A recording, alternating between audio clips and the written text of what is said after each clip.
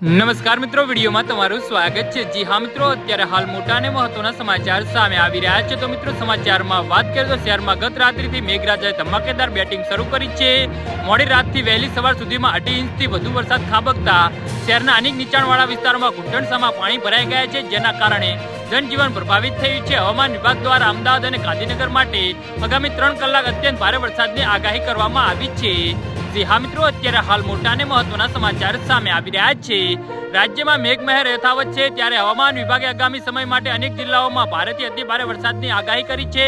અમદાવાદ અને ગાંધીનગર ઉપરાંત ખેડા, બનાસકાંઠા, પાટણ, મહેસાણા, સાબરકાંઠા, અરવલ્લી અને સુરેન્દ્રનગર જિલ્લામાં પણ રેડ એલર્ટ જાહેર કરવામાં આવ્યું છે। આ વિસ્તારોમાં પણ અતિ ભારે વરસાદની સંભાવના છે।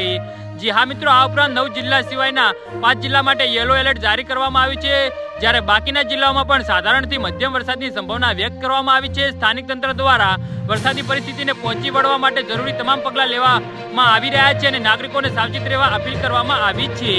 જી હા મિત્રો, તો આના વિશે તમારું શું કહેવું છે તો નીચે અમારી કમેન્ટ બોક્સમાં જરૂરથી જણાવજો અને અમારી યુટ્યુબ ચેનલને સબસ્ક્રાઇબ કરવાની ભૂલતા નહીં। વિડીયો પૂરો જોવા બદલ તમારો ખૂબ ખૂબ આભાર।